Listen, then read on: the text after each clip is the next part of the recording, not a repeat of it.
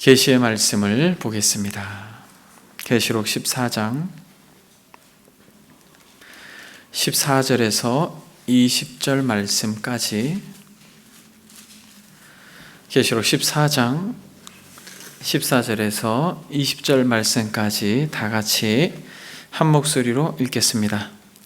또 내가 보니 흰 구름이 있고 구름 위에 인자와 같은 이가 앉으셨는데 그 머리에는 금 면류관이 있고 그 손에는 예리한 낫을 가졌더라.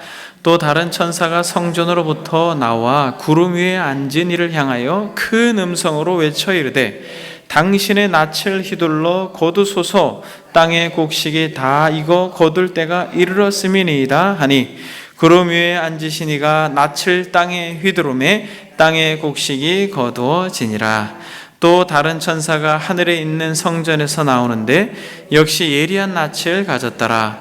또 불을 다스리는 다른 천사가 제단으로부터 나와 예리한 낫 가진 자를 향하여 큰 음성으로 불러 이르되 내 예리한 낫을 휘둘러 땅에 포도송이를 거두라.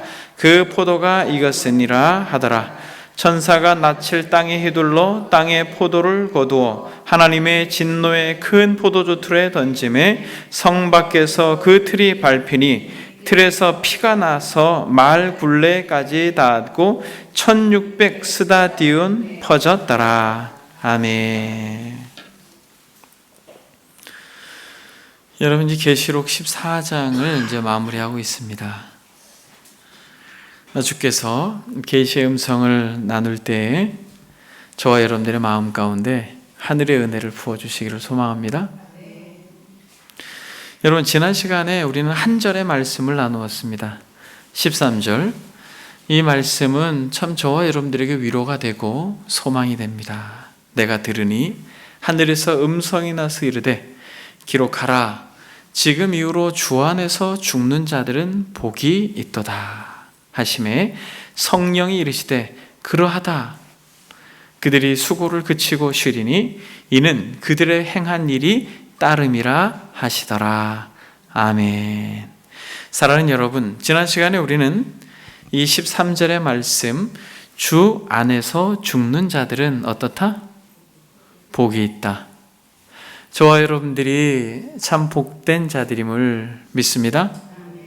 예수 그리스도를 믿음으로 말미암아 이 땅이 전부가 아니고 이 땅에 소망 두지 아니하고 죽음의 강을 넘어서서 영광스러운 하나님의 나라, 그 아버지의 품에 안길 것을 기대하고 소망하는 이들은 참으로 복된 자들입니다.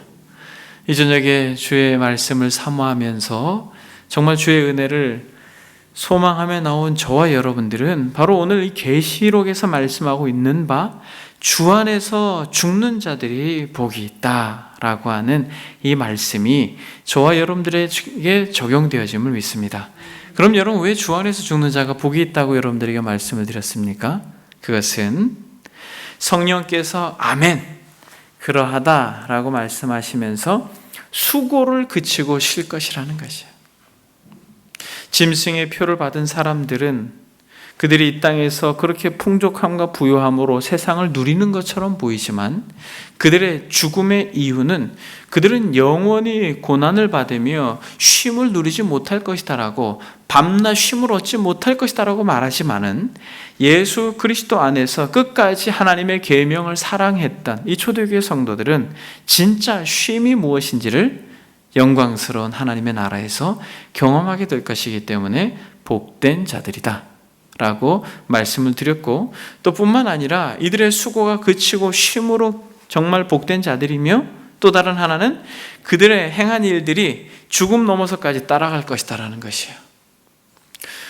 참으로 주님을 믿고 하나님의 계명을 지키고 또 예수님에 대한 믿음을 그렇게 지켰던 이들의 헌신과 수고와 섬김과 봉사가 여러분 이 땅에서 사그러들지 않습니다. 주님을 믿음으로 행했던 모든 것들이 죽음 넘어서 그 행한 일들이 따라감을 믿습니다. 여러분, 그것이 이 죽음 넘어서 영광스러운 하나님의 나라에서 어떻게 계산될지는 우리가 정확하게는 알 수 없지만 분명한 것은 여러분들의 눈물, 여러분들의 수고, 여러분들의 헌신, 여러분들의 봉사, 그리스도를 믿음으로 말미암아 여러분들이 그 믿음으로 인한 행위들이 결국 죽음 넘어서까지, 죽음의 강을 넘어서까지 따라간다고 성경이 약속하고 있습니다.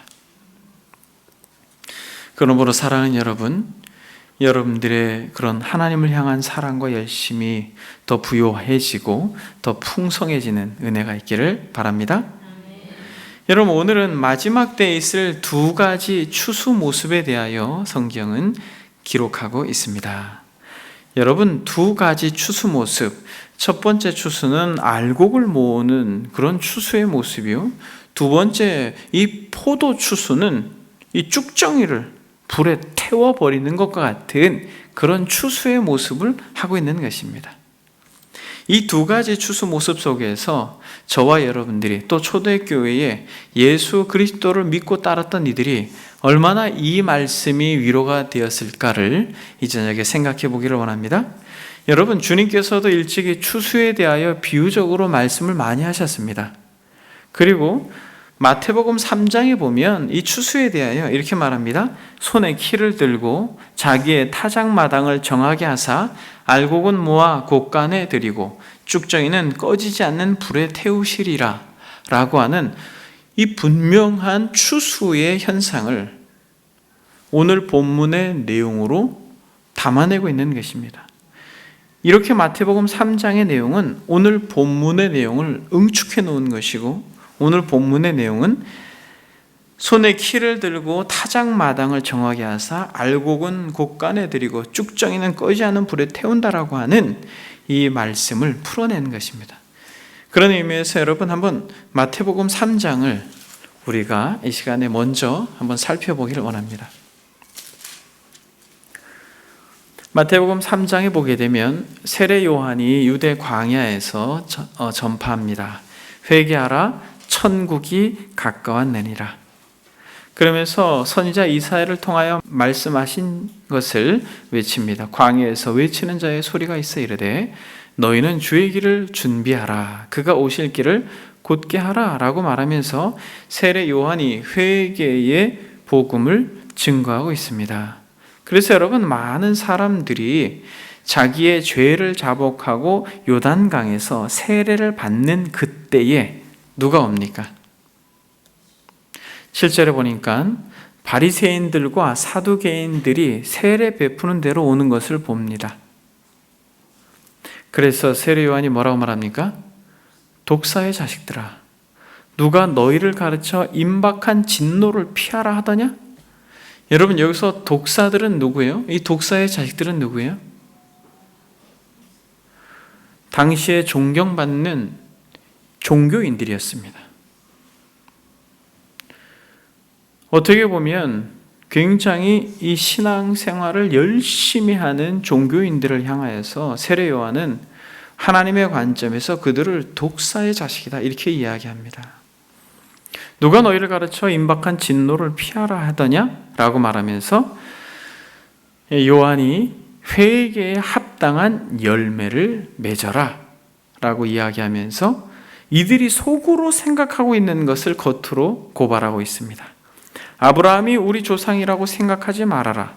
내가 너희에게 이르노니 하나님이 능히 이 돌들로도 아브라함의 자손이 되게 하시리라. 무슨 말이에요? 이런 이 유대인들은, 우리가 이제 마태복음을 살펴보면서 마태복음의 이 대상은 누구라고 말씀드렸습니까? 유대인들이라고 말씀드렸죠. 이 유대인들은 자신들이 아브라함의 후손이라고 하는 것에 대한 아주 분명한 선민의식이 있었어요. 이 종교 지도자들은 말할 것도 없었죠.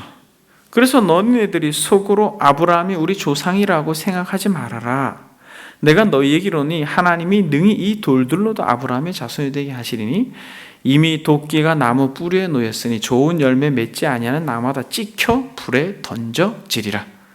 나는 너희로 회개하게 하기 위하여 물로 세례를 베풀거니와 내 뒤에 오시는 이는 나보다 능력이 많으시니 그는 그의 신을 들기도 감당하지 못하겠노라. 그는 성령과 불로 너희에게 세례를 베풀 것이다 라고 말씀합니다. 그리고 나서 하신 말씀이에요. 12절에 같이 한번 읽어보겠습니다. 손에 키를 들고 자기의 타작마당을 정하게 하사 알곡은 모아 곳간에 들이고 쭉정이는 꺼지지 않는 불에 태우시리라, 이렇게 이야기합니다. 이것은 1차적으로는 어떤 유대 사회를 두고 하신 말씀이에요. 그러나 이 계시록은 이것을 확장 해석해서 유대 사회뿐만 아니라 모든 인류, 즉 아담의 후손들을 향하여서 하신 말씀입니다만, 오늘 본문에서 말씀하고 있는 이 추수를 바로 이 마태복음 3장 12절에서 정확하게 알곡은 모아 어디에? 곳간에 들이고 쭉정이는 어디에? 꺼지지 않는 영원한 불 속에 던지겠다라고, 영원한 불 속에서 태우겠다라고 말씀하고 있는 것입니다. 이렇게 두 가지로 말하고 있는 어떤 추수의 개념을 오늘 본문 14장 16절에서 마치 알곡을 모으는 것과 같은 추수를 이야기하고, 17절에서부터 20절까지는 마치 쭉정이를 모아서 불에 태우는 것과 같은 그러한 그림을 그려내고 있습니다. 사랑하는 여러분, 지금 손에 키를 들고 자기 타작마당을 정하게 하시는 분은 누굽니까? 세례 요한 뒤에 오시는 분이라고 했죠. 예수 그리스도를 의미하는 것입니다. 그런 의미에서 심판을 누가 하신다? 저와 여러분들의 주인이시고 저와 여러분들의 소망이 되시는 분께서 심판하신다라는 것은 이 땅을 사는 그리스도인들에게 얼마나 위로가 되는지 모릅니다. 여러분, 우리가 사랑하는 분이 오신다라는 것이에요. 아멘? 주님을 사랑하지 않으세요?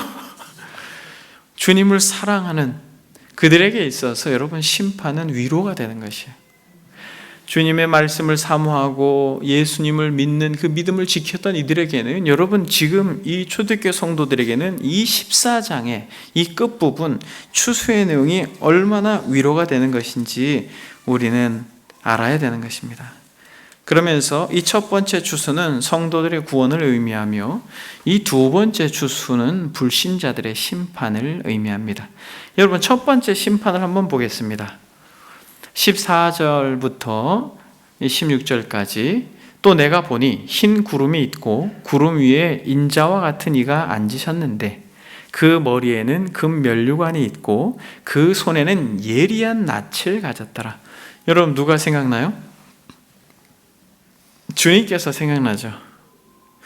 이 성도들이 이 계시록을 읽어 내려갈 때에 주 안에서 죽는 자가 복이 있다라고 하는 이 음성을 듣고 짐승의 표를 받지 않았던 이 초대교회 성도들은 흰 구름이 있고 그 구름 위에 인자와 같은 이가 앉으셨다라고 하는 것을 읽을 때 바로 즉각적으로 그들은 예수님이다. 마치 베드로가 다시 고기 잡으러 갔을 때 주님께서 말씀하시는 걸 듣자마자 베드로가 즉각적으로 주시다라고 물속으로 뛰어들었죠. 이처럼 주님을 사랑했던 이 초대교회 성도들은 바로 흰 구름 가운데에 앉아 계신, 그리고 가시 면류관을 쓰신 분이 아니라 금 면류관을 쓰신 분이, 그리고 예리한 낯을 가진 분이 누구라는 것을 즉각적으로 알 수 있었을까요? 예수 그리스도라고 하는 것을 알 수 있었을 것입니다. 계시록 1장 7절에 보니까 볼지어다 그가 구름 타고 오시리라. 각 사람의 눈이 그를 보겠다라고 말합니다. 그러니까 여러분, 지금 이 본문에서 14절에서 묘사되어지고 있는 분은 바로 예수 그리스도이십니다. 흰 구름, 그리고 인자 같으니, 이것은 뭘 의미합니까? 권세와 권위를 가지고 계신 완전한 하나님이요 완전한 사람으로 이 땅에 오신 예수 그리스도를 의미합니다. 금 면류관을 쓰시고 있는 것은, 가시 면류관은 고난의 상징이지만은 금 면류관은 무엇이에요? 승리의 상징인 것이에요. 통치자들의 권세를 상징하는 왕관과도 같은 것입니다.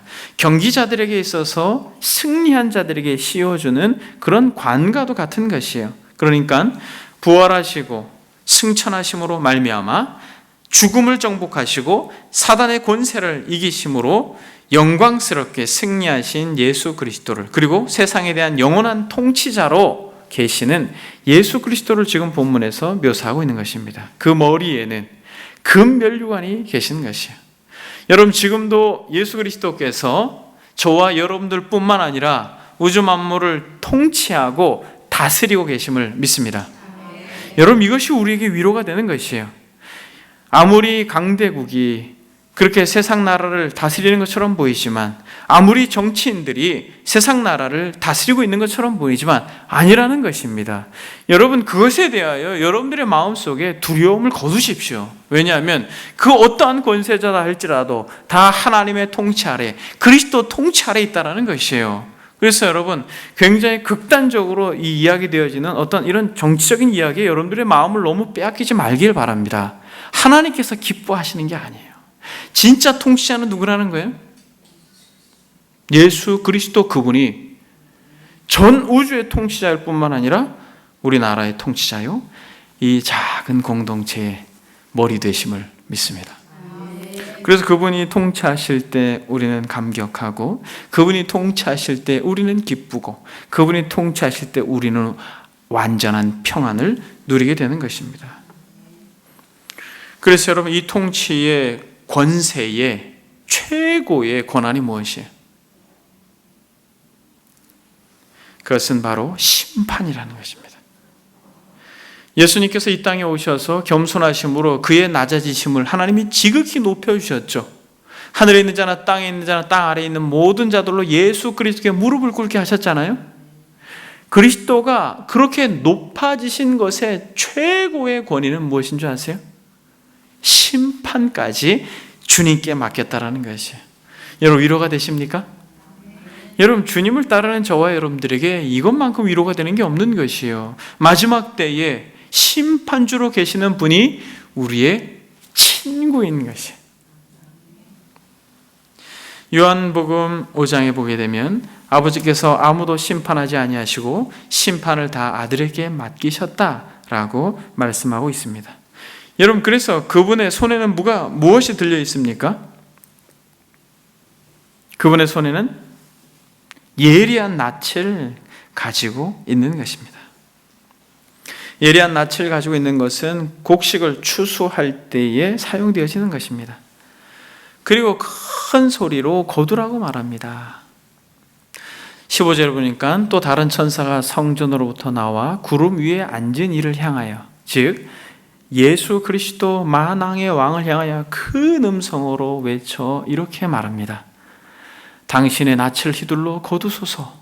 땅의 곡식이 다 익어 거둘 때가 이르렀음이니이다 라고 그렇게 이야기합니다. 그러니까 여러분, 어떤 일이 벌어집니까? 구름 위에 앉으신 이가 낯을 땅에 휘두르매 땅의 곡식이 거두어지니라. 사랑하는 여러분, 우리 주님께서 친히 가신 대로 다시 오심으로 온전히 하나님의 나라를 이루실 때 그의 계명을 지키고 예수님을 끝까지 믿으며 그 믿음을 지킨 인생들을 알곡으로 모으실 줄 믿습니다. 그래서 마태복음 9장 37절 38절에 보면 이렇게 말합니다. 이제 제자들에게 이르시되 추수할 것은 많되 일꾼이 적으니 그러므로 추수하는 주인에게 청하여 추수할 일꾼들을 보내 주소서 하라 하시니라 라고 말합니다. 낯을 들고 휘두르는 것이 마치 심판 같지만은 하나님의 백성들에게 있어서는 알곡을 모으는 추수 때인 것이에요. 즉 저와 여러분들에게는 이 심판의 때가 즐거움의 때요, 기쁨의 때요, 소망의 때가 된다라고 하는 것입니다. 근데 여러분, 두 번째 한번 이 추수 때를 한번 봅니다. 두 번째 추수를 보게 되면 이건 불신자들, 즉 쭉정이를 모아가지고 불에 태우는 것 같은 어떤 그러한 것들을 묘사하고 있는데, 성경을 한번 보겠습니다. 또 다른 천사가 하늘에 있는 성전에서 나오는데 역시 예리한 낯을 가졌더라. 역시 예리한 낯을 가진 것이에요. 또 불을 다스리는 다른 천사가 제단으로부터 나와 예리한 낯 가진 자를 향하여 큰 음성으로 불러 이르되 예리한 낯을 휘둘러 땅에 포도송이를 거두라. 그 포도가 익었느니라 하더라. 여러분 보세요. 이제 두 번째 추수 때는 누가 등장합니까? 두 천사가 등장을 해요. 한 천사는 예리한 낯을 들고 있고 한 천사는 불을 다스리는 천사인데 어디로부터 나왔습니까? 제단으로부터 나왔습니다. 이 제단으로부터 나왔다라는 게 의미가 있죠. 제단으로부터 나와서 이 천사도 역시 큰 소리로 외칩니다. 큰 소리로 외치면서 뭐라고 말합니까? 예리한 낯을 휘둘러 땅에 포도송이를 거두라. 그 포도가 익었다라고 말합니다. 그래서 어떻게 합니까? 포도송이가 익었다라고 말하므로 19절에 천사가 낯을 땅에 휘둘러 땅에 포도를 거두어 하나님의 진노의 큰 포도주 틀에 던짐에 이렇게 말합니다. 성 밖에서 그 틀이 밟히니 틀에서 피가 나서 말 굴레까지 닿았고 1600 스타디온에 퍼졌더라. 여러분 어때요?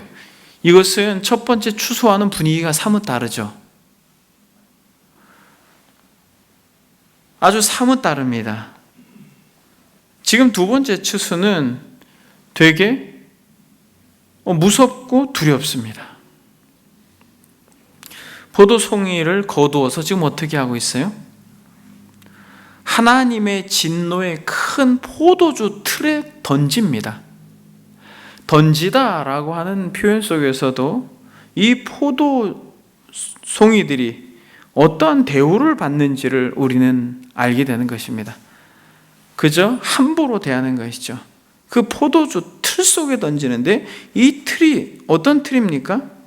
하나님의 진노의 큰 포도주 틀이라는 거예요. 요엘서 3장 13절에 보면 너희는 낯을 쓰라 곡식이 이것도다 와서 밟을지어다 포도주 틀이 가득히 차고 포도주 독이 넘치니 그들의 악이 큼이라. 성경에서 보게 되면 이 포도주 틀이 하나님의 심판으로 묘사되어지는 부분이 적지 않게 기록되어 있습니다. 요엘서도 마찬가지지만은 이사야서를 한번 보겠습니다. 이사야서 63장을 한번 보겠습니다. 이방 나라들을 하나님께서 심판하시겠다라고 하는 어떤 메시지를 이사야를 통하여서 증거하시면서 이 마지막 때를 묘사하고 있는 내용이 이사야서 63장에 있습니다. 에돔에서 오는 이 누구며 붉은 옷을 입고 보스라에서 오는 이 누구냐? 그의 화려한 의복, 큰 능력으로 걷는 이가 누구냐? 그는 나이니 공의를 말하는 이유 구원하는 능력을 가진 이니라. 어찌하여 내 의복이 붉으며 내 옷이 포도즙 틀을 밟는 자 같으냐? 만민 가운데 나와 함께 한 자가 없이 내가 홀로 포도즙 틀을 밟았는데 내가 노함으로 말미암아 무리를 밟았고 분함으로 말미암아 짓밟았으므로 그들의 선혈이 내 옷에 튀어 내 의복을 다 더럽혔음이니 이는 내 원수 갚는 날이 내 마음에 있고 내가 구속할 해가 왔으나 내가 본즉 도와주는 자도 없고 붙들어 주는 자도 없으므로 이상하게 여겨 내 팔이 나를 구원하며 내 분이 나를 붙들었음이라. 내가 노함으로 말미암아 만민을 밟았으며 내가 분함으로 말미암아 그들을 취하게 하고 그들의 선혈이 땅에 쏟아지게 하였느니라 라고 말씀하고 있는 것입니다. 이처럼 여러분 하나님께서 이방 나라들을 심판하는 것을 이사야가 묘사하고 있지만은 이것은 궁극적으로 하나님께서 그리스도를 통하여서 반드시 보여주실 이 심판에 대한 것을 예고하고 있다는 것입니다.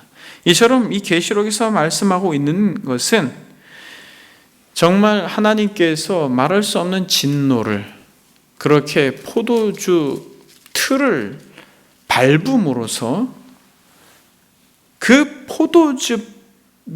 포도가 팍팍 터지고 진 느껴지면서 터지는 이 즙의 색깔이 어때요?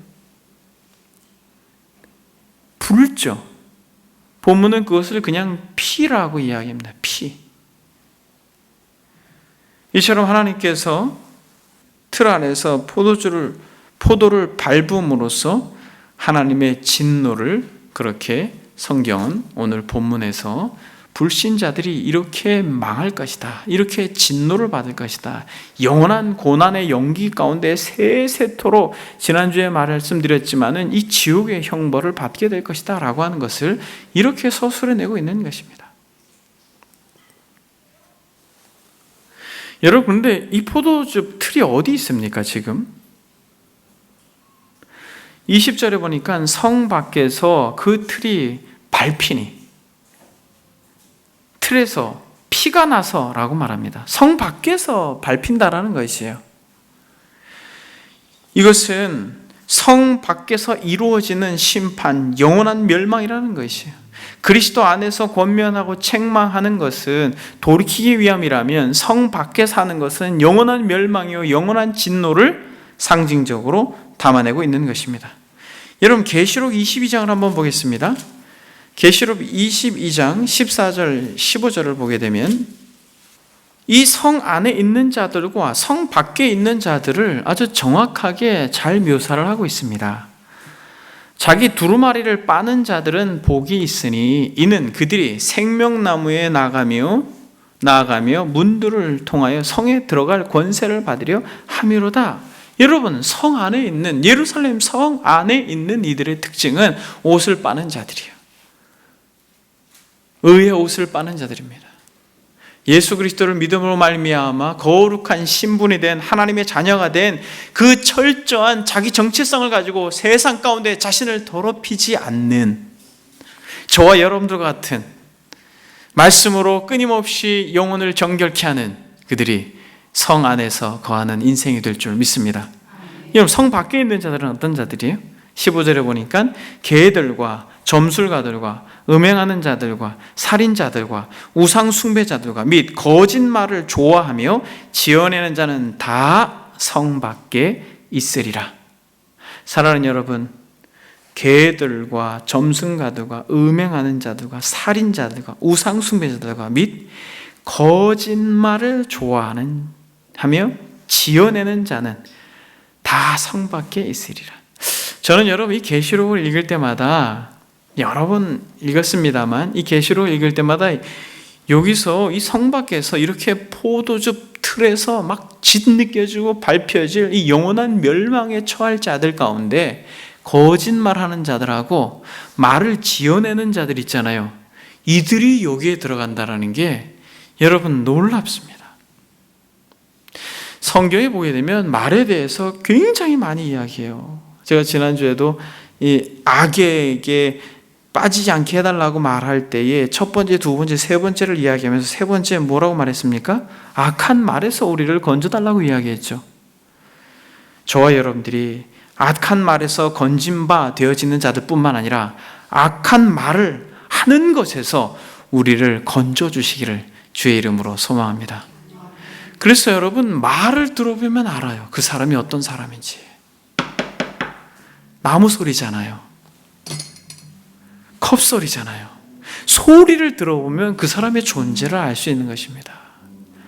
그래서 결국 성 밖에서 이렇게 짓느껴지는 포도와 같은 존재들이 개들과 점술가들과 음행하는 자들과 살인자들과 우상숭배자들과 및 거짓말을 좋아하며 지어내는 자는 다 성 밖에 있으리라 라고 말씀하고 있습니다.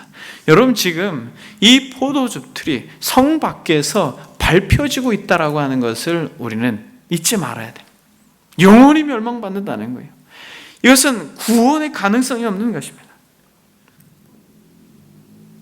그런데 여러분, 이 피가 어떻게 납니까? 지금 성 밖에서 그 틀에서 밟히고 또 밟히는데 짓느껴지고 말할 수 없는 고통 가운데 있는데 이 피가 나서 말 굴레까지 닿았고 1600 스타디온에 퍼졌더라, 이렇게 말합니다. 여러분, 지금 이것이 이 피가 넘쳐나는 것을 묘사한 것인데, 이것은 얼마나 길게 또 얼마나 높게 이 피가 콜콜콜 흘러가는지를 말하고 있는 것이에요. 여러분, 얼마나 넓게 흘러갑니까? 얼마나 넓게 흘러가요? 1600 스타디온에 퍼졌다라고 말합니다. 여러분, 이 스타디온, 한 스타디온이라고 할 때는 고대 그리스도에서 달리기 경주 구간이라고 합니다.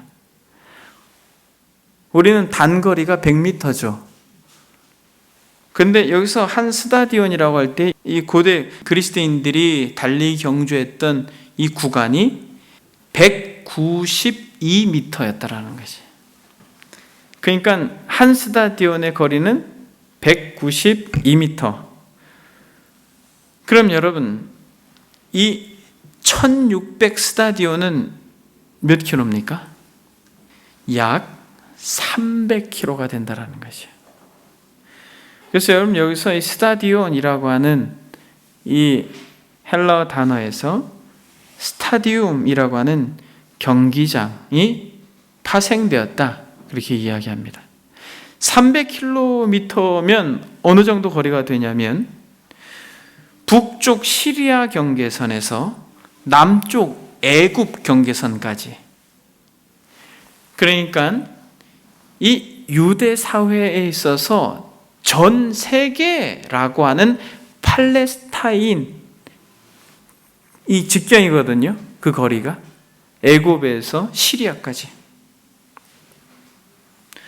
팔레스타인 전역의 넓이까지 피가 지금 흘러가고 있다는 것이에요. 그래서 이 1600이라고 하는 수를 어떻게 학자들이 만들어내냐면 동서남북이라고 하는 사라고 하는 것이 세상을 상징하고 있습니다. 네 생물, 다 세상을 상징하고 있는 것이죠. 계시록에서 사라고 하는 숫자는. 그러면 4 곱하기 4는 16. 10 곱하기 10은 100. 그래서 16 곱하기 100. 그래서 1600이라고 하는데, 이것은 이 팔레스타인의 넓이를 의미하지만은 상징적으로는 전 세계를 의미합니다. 그래서 하나님의 심판에서 제외되는 민족이나 하나님의 심판에서 제외되는 사람이나 하나님의 심판에서 열애되는 그런 어떠한 인생도 없다라고 하는 것을 이 1600 스타디온이라고 하는 이 넓이로 퍼져가는 피로 상징적으로 담아내고 있는 것입니다. 그럼 여러분, 높이는 어떻습니까? 높이는 말굴레라고 표현하고 있습니다. 말굴레까지 닿았고 1600 스타디온에 퍼졌다. 여러분, 말굴레가 무엇이에요? 말굴레라고 하는 것은 말에게 얼굴에 씌우는 어떤 가죽끈이나 삼줄로 만들어서 해놓은 곱비 있지 않습니까? 이렇게 말에 이렇게 곱비. 그것을 말굴레라고 합니다. 곱비이고 또 장식이기도 하고 때로는 방울까지 다는 곳이다라고 합니다. 그러니까 말굴레를 어디에다가 씌워요? 얼굴에다 씌우잖아요. 그러니까 피가 지금 어디까지 올라간 거예요? 말의 머리끝까지 피가 찬다라는 거예요. 그러니까 피가 강수와 같이 흘러간다라는 거예요. 이 포도즙 틀을 밟으면서 하나님의 진노가 전 세계로 퍼지는데 말의 굴레까지 이 피가 창궐하다는 거야.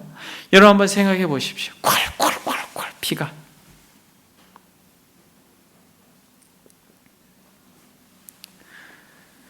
그래서 여러분, 말이 평균 키가 어느 정도 되는 줄 아세요? 말의 평균 키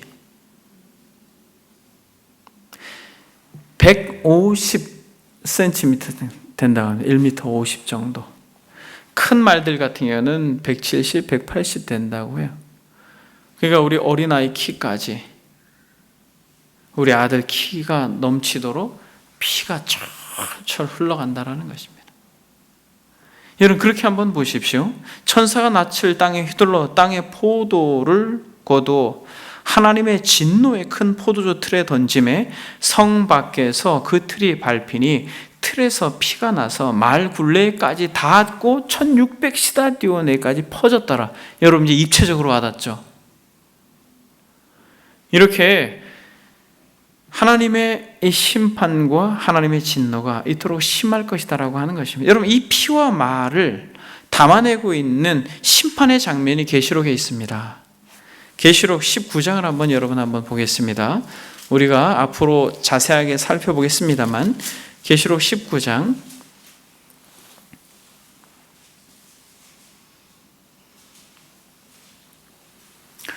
11절을 보겠습니다. 또 내가 하늘이 열린 것을 보니 보라 백마와 그것을 탄 자가 있으니, 여러분 백마를 탄 자, 이것이 이제 이단들이 또 자신들의 교주들이라고 그렇게 이야기하고 또 때로는 말에 타서 사진도 찍고 그런 참 어처구니 없는 태도를 취하고 있습니다만, 그 이름은 충신과 진실이라. 그가 공의로 심판하며 싸우더라. 그 눈은 불꽃 같고 그 머리에는 많은 관들이 있고 또 그 이름 쓴 것 하나가 있으니 자기밖에 아는 자가 없고, 또 그가 피 뿌린 옷을 입었는데 그 이름은 하나님의 말씀이라 칭하더라. 하늘에 있는 군대들이 희고 깨끗한 세마포 옷을 입고 백마를 타고 그를 따르더라. 그의 입에서 예리한 검이 나오니 그것으로 만국을 치겠고 친히 그들을 철장으로 다스리며 또 친히 하나님 곧 전능하신 이의 맹렬한 진노의 포도주 틀을 밟겠고 그 옷과 그 다리에 이름을 쓴 것이 있으니 만왕의 왕이요 만주의 주라 하였더라 라고 말합니다. 계시록 우리가 읽은 14장에서는 두 천사의 활약이 나오지만은 궁극적으로 그 심판을 지휘하고 있는 분은 누구예요? 만왕의 왕 대신 예수 그리스도께서 이사의 말씀과 같이 병행되어서 이렇게 묘사되어지고 있는 것입니다.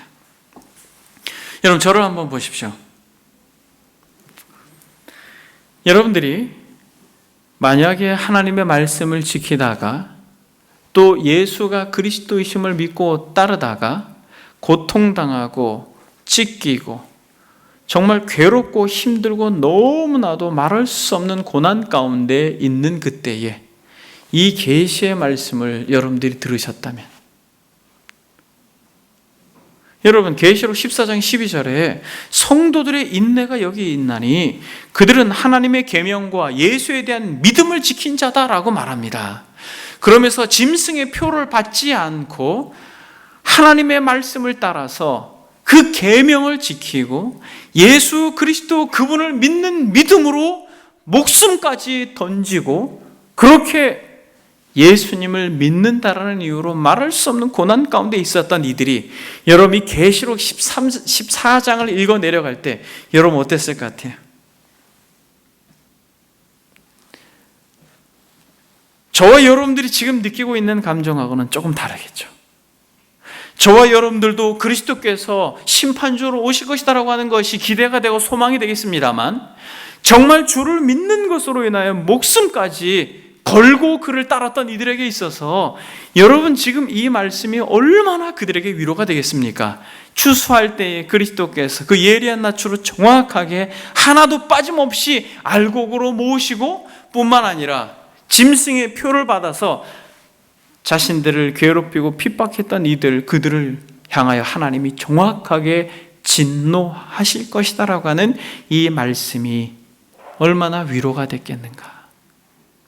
여러분 이것이 저와 여러분들에게 위로가 될 수 있는 것은 한 가지밖에 없어요. 여러분 계시록 말씀이 저와 여러분들에게 위로가 될 수 있는 것은 한 가지밖에 없어요. 무엇이겠습니까? 예수 그리스도를 믿는 믿음으로 이 땅 가운데 그렇게 살아가는 거예요. 살아내는 것이에요.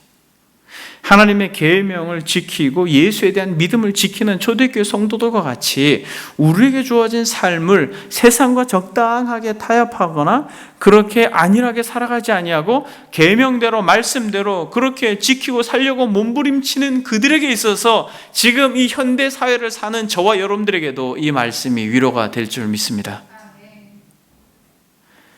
여러분, 그래서 저는 계시록의 말씀을 1장부터 14장까지 아주 상세하게 한 구절 한 구절 여러분들과 살펴보면서 저는 얼마나 위로가 되는지 몰라요.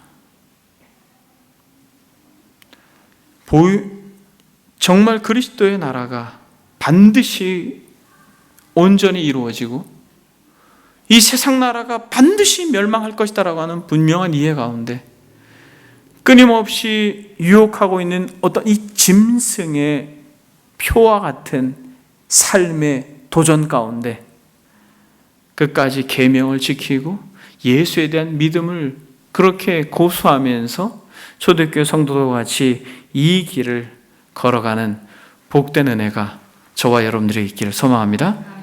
여러분, 지금 여기서 계시록에서 천사가 이 심판하는 추수에서 이 두 번째 천사를 제가 주목하라고 여러분들에게 말씀을 드렸습니다. 여러분, 이 불신자들의 심판의 응답이 무엇이에요?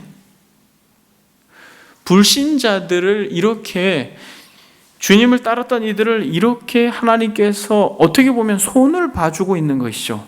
심판하고 있는 것이죠. 그 심판의 동기가 무엇이에요, 여러분? 무엇의 응답이냐는 것이에요, 이 심판이.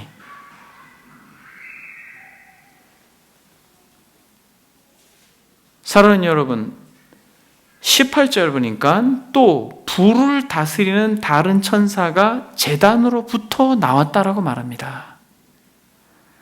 여러분, 이 제단으로부터 나왔다라고 하는 것 속에서 여러분들이 지금까지 계시록을 들었을 때 힌트를 하나 얻어야 되는데요. 제단으로부터 나왔다. 계시록 6장을 한번 보겠습니다. 계시록 6장을 보게 되면 6장 9절 10절 큰 소리로 불러 이르되 거룩하고 참되신 대주제께서 땅에 거하는 자들을 심판하여 우리 피를 갚아주지 아니하시기를 어느 때까지 하시려 하나이까. 그렇게 로마의 압제에서 핍박당하고 고통당하는 이들이 소리치는 것이에요. 거룩하고 참되신 대주제여 땅에 관한 자들을 심판하여 우리 피를 갚아주지 아니하시기를 어느 때까지 하시나이까. 11절에 각각 그들에게 흰 두루마리를 주시며 이르시되 아직 잠시 동안 쉬고 그들의 동무 종들과 형제들도 자기처럼 죽임을 당하여 그 수가 차이까지 하라 하시더라 라고 말하면서 아직은 때가 아니다라고 이야기합니다. 근데 여러분 보세요. 이 9절 10절에서 말씀하고 있는 중요한 어떤 메시지가 무엇입니까? 이 인재앙에서 닷새 인을 떼실 때 내가 보니 하나님의 말씀과 그들이 가진 증거로 말미암아 죽임을 당한 영혼들이 어디서? 제단 아래에서 있어 큰 소리로 불러 이르되. 여러분, 이게 무엇이라는 거예요? 부르짖는 간구라는 것이에요. 부르짖는 간구. 여러분, 8장을 한번 보겠습니다. 8장 3절에서부터 한번 보겠습니다. 또 다른 천사가 와서 제단 곁에 서서 금 향로를 가지고 많은 향을 받았으니 이는 모든 성도의 기도와 합하여 보좌 앞 금 제단에 드리고자 함이라. 향연이 성도의 기도와 함께 천사의 손으로부터 하나님 앞으로 올라가는지라. 천사가 향로를 가지고 제단에 불을 담아다가 땅에 쏟음에 우레와 음성과 번개와 지진이 나더라. 여러분, 뭘 의미해요? 오늘 본문에서 불을 다스리는 다른 천사가 제단으로부터 나와서 예리한 낫을 가진 자에게 큰 음성으로 휘둘러라 라고 말할 때 여러분, 무엇에 대한 응답이냐는 거예요. 여러분, 기도에 대한 응답이라는 거예요. 저와 여러분들에게 있어서 기도는 이것이 차지하는 영역이 크다라는 것이에요. 우리가 기도를 배우고 있습니다만 기도라고 하는 것이 우리가 무언가를 원하는 걸 얻기 위해서 달라고 하는 것이 아니라는 것이에요. 하나님께서 이 땅을 살아가는 성도들에게 허락하신 이 기도의 특권은 무엇이냐면 정말 맨정신으로는 버텨낼 수 없는 이 세상에 말할 수 없는 부조리와 악과 맨정신으로는 버텨낼 수 없는 믿지 않는 자들의 이 패역함들과 완악함들을 무엇으로 견디라는 거예요? 기도로 견디라는 거예요. 그러면서 여러분들이 불이익을 당하고 무시를 당하고 업신여김을 당하고 그렇게 초대교회 성도들처럼 죽음을 당할지라도 그들이 부르짖는 그 간구에 대한 응답으로 하나님께서 심판하신다는 거예요. 그래서 그리스도인들은 멍청하기 때문에 당하는 게 아니에요. 그리스도인들은 바보 같기 때문에 그렇게 양보하는 게 아닙니다. 하나님께서 반드시 우리의 모든 것을 신원하시고 갚아주시고 하나님께서 반드시 우리가 믿음으로 행한 것을 그 죽음의 강을 넘어서까지 보상하시고 확실하게 그것에 대하여서 계산하신다는 것은 이러한 모든 우리의 삶의 영역 가운데 예수 그리스도를 믿음으로 말미암아 그의 말씀을 따라 지키고 살았던 삶의 어떤 작은 순간까지도 그분이 다 기억하시고 여러분들이 정말 마음을 저미면서 가슴을 찢으면서 그렇게 세상으로 인하여 마치 이리가 달려들어서 여러분들의 마음을 뜯고 여러분들의 마음을 상하게 했던 것들을 그분께서 다 기억하신다는 거예요. 제단에서 나온 천사가 큰 소리로 낫으로 배라고 이야기하는 것이에요. 그래서 사랑하는 여러분, 저와 여러분들의 기도는 이 땅을 살아가는 그리스도인들에게 하나님의 백성처럼 살아갈 수 있는 유일한 무기예요. 산상수훈을 우리가 배우고 있고 주기도문을 우리가 함께 살펴보고 있습니다만 저와 여러분들이 정말 주기도문에 입각하여 기도를 드릴 때 그것은 30초에 불과하지만 그 정신에 입각하여 기도하면 우리는 30분, 2시간, 3시간도 여러분 우리는 기도할 수 있을 것입니다. 하나님의 나라가, 하나님의 이름이, 하나님의 영광이 땅에 떨어져 버린 이 시대와 조국교회를 위하여 여러분들이 가슴을 찢으며 기도할 수 있을 때에 하나님께서 놀라운 역사를 이루어 주실 것입니다. 그것이 우리가 밟고 있는 이 땅에서 이루어지지 않는다 할지라도 하나님은 그런 모든 기도를 응답하셔서 궁극적으로 역사의 마지막 때에 우리의 기도를 통하여 하나님께서 응답하신다는 것이죠. 그래서 사랑하는 여러분, 빌립보서에서 우리가 정말 기도에 대한 성구를 잘 압니다. 아무것도 염려하지 말고 다만 모든 일에 기도와 간구로 너희 구할 것을 감사함으로 아니라. 여러분, 이것은 빌립보 성도들에게 권한 것이에요. 예수님을 믿음으로 인하여서 핍박받고 감옥에 갇히고 그러므로 당신도 감옥에 갇혀있는 바울이 서신을 쓰고 있는 것이에요. 아주 단순히 그저 우리가 생각하고 있는 아주 자그마한 근심과 걱정이 아니라는 것이요. 이 빌립보에서 말하고 있는 아무것도 염려하지 말고 다만 모든 일에 기도와 간구로 너희 구할 것을 감사함으로 하나님께 아뢰라라고 말하는 것은 목숨이 걸려있는 근심이에요. 죽음이 맞물려 있는 염려인 것입니다. 그러나 모든 지각이 뛰어나신 하나님의 평강이 어떻게 하겠다는 거예요? 그리스도 예수 안에서 너희의 마음과 생각을 지키겠다는 거예요. 사랑하는 여러분, 핍박하는 로마의 권세자들을, 로마의 정부를 무너뜨리겠다고 말하지 않습니다. 우리의 삶의 어떤 문제가 잘 해결되겠다고 말씀하고 있지 않아요. 무엇보다 마음과 생각을 지키겠다라고 이야기해요. 환경을 바꾸기 전에 우리의 마음과 생각을 지키겠다라고 하는 것입니다. 그 고난의 순간에 어두운 터널을 지날 때 그 마음과 생각을 붙들어 주겠다라는 것이에요. 여러분, 이것이 이 땅을 살아가는 참 성도들이 누리는 기도의 특권입니다. 저와 여러분들이 환경을 바꿔달라고 부르짖을 때 환경이 안 바뀐다고 불평하면 여러분, 그것은 기도를 잘못 배운 것이에요. 목숨이 걸려있는 순간에도 아무것도 염려하지 마라. 다만 모든 일에 기도와 간구로 너희 구할 것을 감사함으로 하나님께 아뢰라. 그리하면 모든 지각이 뛰어난 하나님의 평강이 그리스도 예수 안에서 너희 마음과 생각을 지킬 것이다 라고 말씀하고 있는 것이 여러분 우리에게 적용되어진다면, 사랑하는 여러분, 우리의 기도는 강력한 것입니다.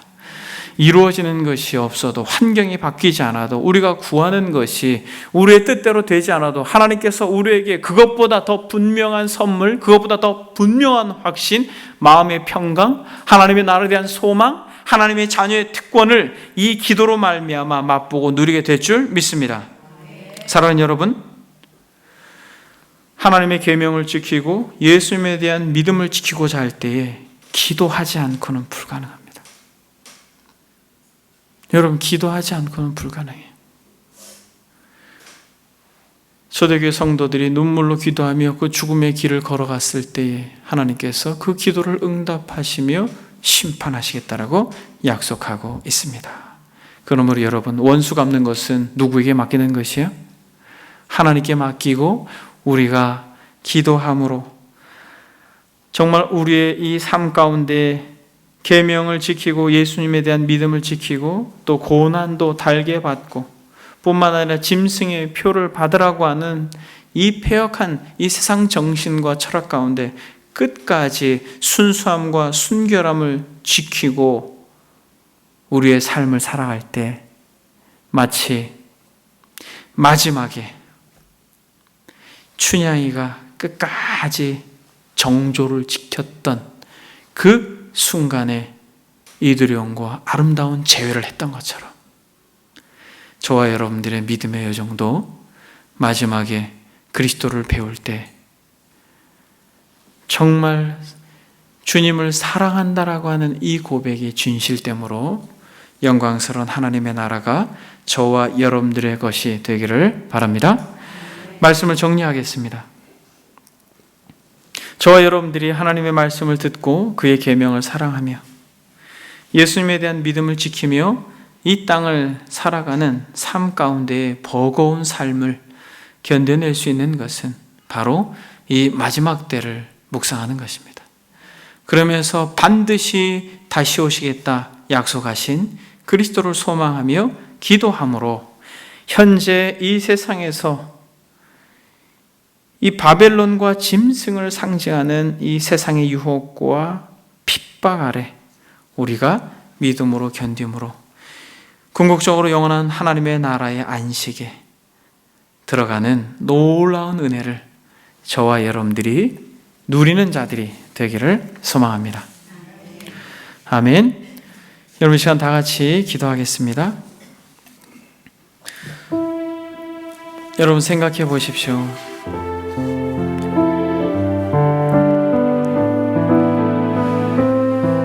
아무것도 염려하지 말고 다만 모든 일에 기도와 간구로 너희 구할 것을 감사함으로 하나님께 아뢰라. 그리하면 모든 지각에 뛰어난 하나님의 평강이 그리스도 예수 안에서 너희 마음과 생각을 지키실 것이다라고 약속합니다. 초대교회 성도들이 그 극한 고난 가운데 환난 가운데 염려하지 않고 하나님의 그 무한하신 은혜를 사모하며 기도함으로 견뎠던 것처럼 여러분들에게 주어진 이 삶의 어두운 순간들이 혹 무엇이라도 사랑하는 여러분, 걱정하지 마십시오. 근심하지 마십시오. 염려하지 마시고 모든 지각이 뛰어난 하나님의 평강이 여러분들의 마음 가운데 그리스도 안에서 넘쳐날 것을 기대합니다. 이 시간 들은 말씀 생각하면서 주님 도와주십시오. 우리가 그 믿음의 여정을 가겠습니다. 그 믿음으로 승리하길 원합니다. 이 시간 하나님을 생각하며 그리스도를 생각하며 다 같이 기도하겠습니다. 기도합니다. 손에 키를 들고 자기의 타작마당을 정하게 하사 알고 온 모아 곳간에 드리고